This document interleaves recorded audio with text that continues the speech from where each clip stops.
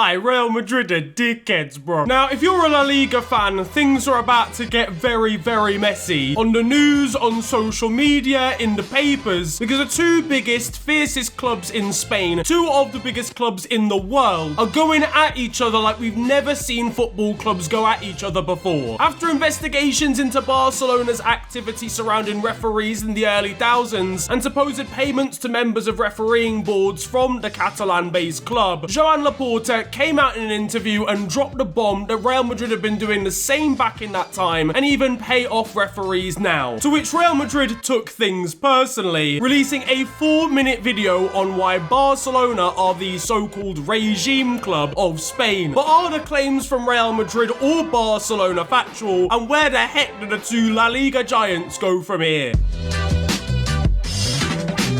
My spidey senses tell me this is gonna get fucking tasty, baby. All this drama going on in Spain, two clubs that genuinely hate each other. Meanwhile in England, Man City and Liverpool fans are getting it on. I'm so happy. Yeah, I'm gonna be honest with you, ladies and gentlemen, this situation is wildly out of control. And it's one that I'm not gonna lie to you, needed to work out and do a lot of research on before understanding what the heck was even going on. Because to be honest with you, my year 8 GCSE Spanish wasn't cutting it. Right, Niran, if you could just say hello, bonjour, Niran, fucking hell. So as I mentioned in the intro, Joan Laporta has gone on record and claimed that Real Madrid historically and still currently pay off referees and get favourable decisions from officials. This of course off the back of the allegations that have been made against Barcelona in payments to various board members of the Referees Association in Spain during the early 2000s and also very recently. Real Madrid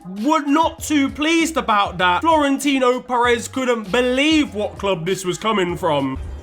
I know that ain't who I think it is. Thankfully, I've got the English subtitles for the Joan Laporta press conference here. Federal fucking prison. If you're that fucking stupid and somebody else wants to do it, knock yourself out. In this, Joan Laporta claimed that Real Madrid were a regime team, and that's where it spiraled out of control. Because Real Madrid, unbelievably, I've never seen a club react like this, clapped back with a 4-minute video including receipts and pictures of Barcelona receiving financial assistance or being close to the Franco-Spanish government from like the mid or late 30s, sorry, to 1975. The video called them the real team of the regime, including the Camp Nou being opened by Franco's associates, Franco being named an honorary member of the club in 1965, salutes from players and fans during the 30s, a reminder that Barcelona won 8 league titles during Franco's reign very early on, and even stated that the club had been saved from bankruptcy 3 times due to payments from Franco and, again, associates. Fam, they need that sort of financial saving again now. Laporta's gonna be bemused when he sees one of Franco's old accountants turn up and register Gavi for him. I can't believe it. Someone said he was dead. Florentino Perez, yeah, Real Madrid president, made a fascism compilation on Barcelona. Do you understand how much of a hater you have to be to do that? He's gonna be getting a very aggressive voice note from Joan Laporta tomorrow morning. Hope you get hit by a bus today, you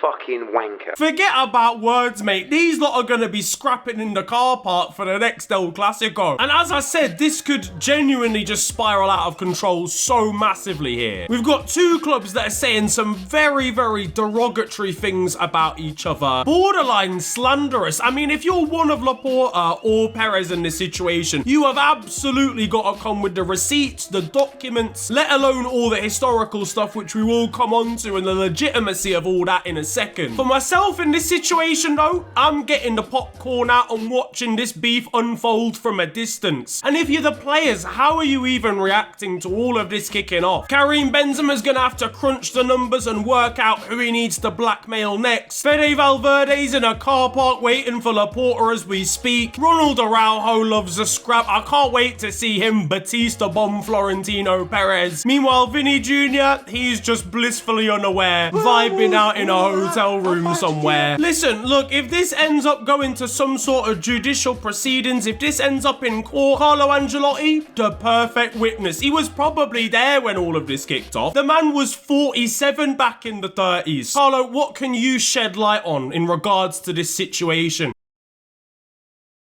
Yeah, fuck it. Barca are guilty, lad. Who am I kidding? Barcelona don't have the deep resources for that. They'll have to pull another financial lever. Here we have their accountants working out how much they have to cover the legal costs for this scenario. 8 x 8, 64, 64 x 10, 54, 54 x 10, 44, 44 x 10, 34, 34 x 10, 24, 24 x 10, 14, 14 x 10, 4, 4 x 4, 0.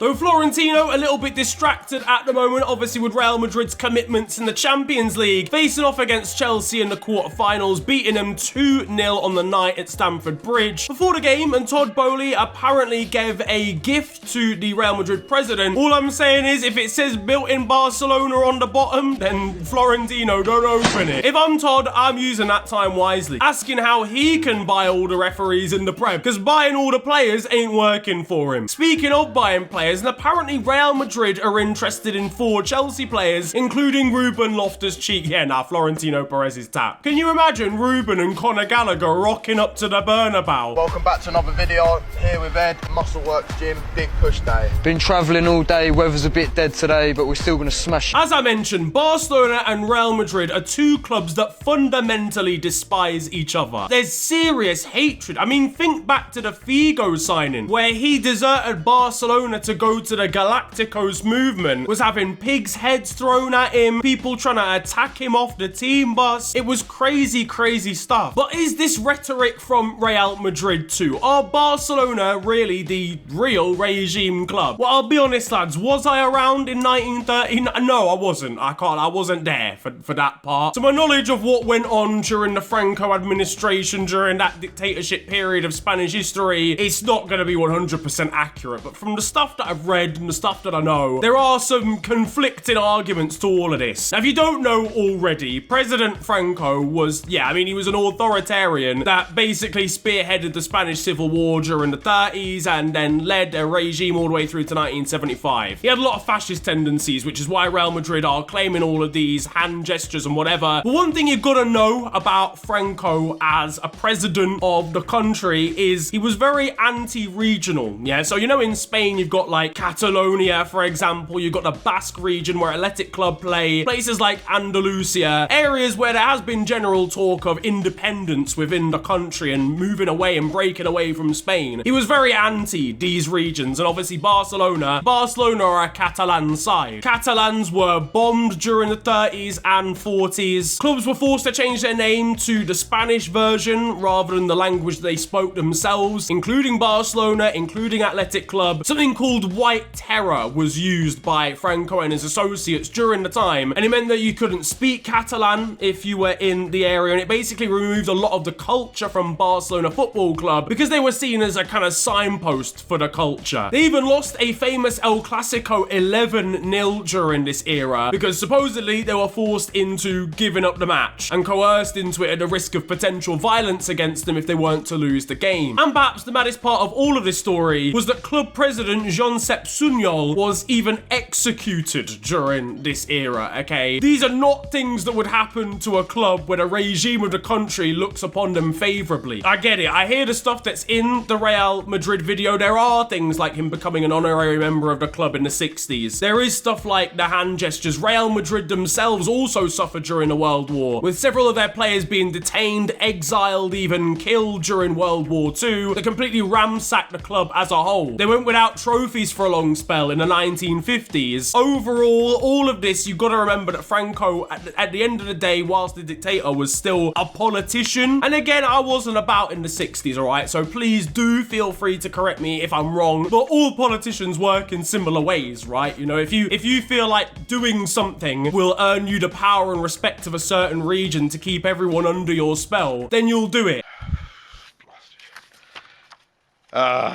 Forgive me. And probably going out and making these connections with Barcelona again to maybe appease certain people within that community and within that area of Spain was something that was actually beneficial to him, even if he was pretty anti-regional or anti-Catalan. What I will say is both clubs were harmed and both clubs benefited under Franco and during this time, and both teams have probably benefited from some level of coercion to referees seemingly in eras that have followed, in the early 2000s, for example. I think what this this ultimately comes down to is two clubs that have had very mixed pasts under various regimes in Spain, but also have a lot of power within the footballing world and absolutely massive fucking egos that mean that they can't focus on themselves. Barcelona are always trying to drag Real Madrid into the mud, and Real Madrid will always try and drag Barcelona into it. Both clubs suffered massively during the civil war of Spain and then the decades that followed, but if I'm gonna be totally honest, as a conclusion, I feel like Real Madrid, whilst they've only acted to try and defend themselves, I don't think have gone about it in a very tasteful way, because manipulating the past, manipulating history is just never something that you should be doing when there was suffering on both sides. At the end of the day, I don't know where this story is gonna go, but it is bound to explode even further from here. But what do you think about this Spanish war of attrition between its two biggest clubs? Let me know down in the comments section below. If you enjoyed this video and you want to see more content like this, then feel free to slap a like on it, and of course subscribe if you're new to the channel. You can also follow me on social media. It is at TheOfficialFNG on Twitter and on Insta. But it's been a pleasure ranting at you guys today. Have a wonderful day, enjoy yourselves, and goodbye.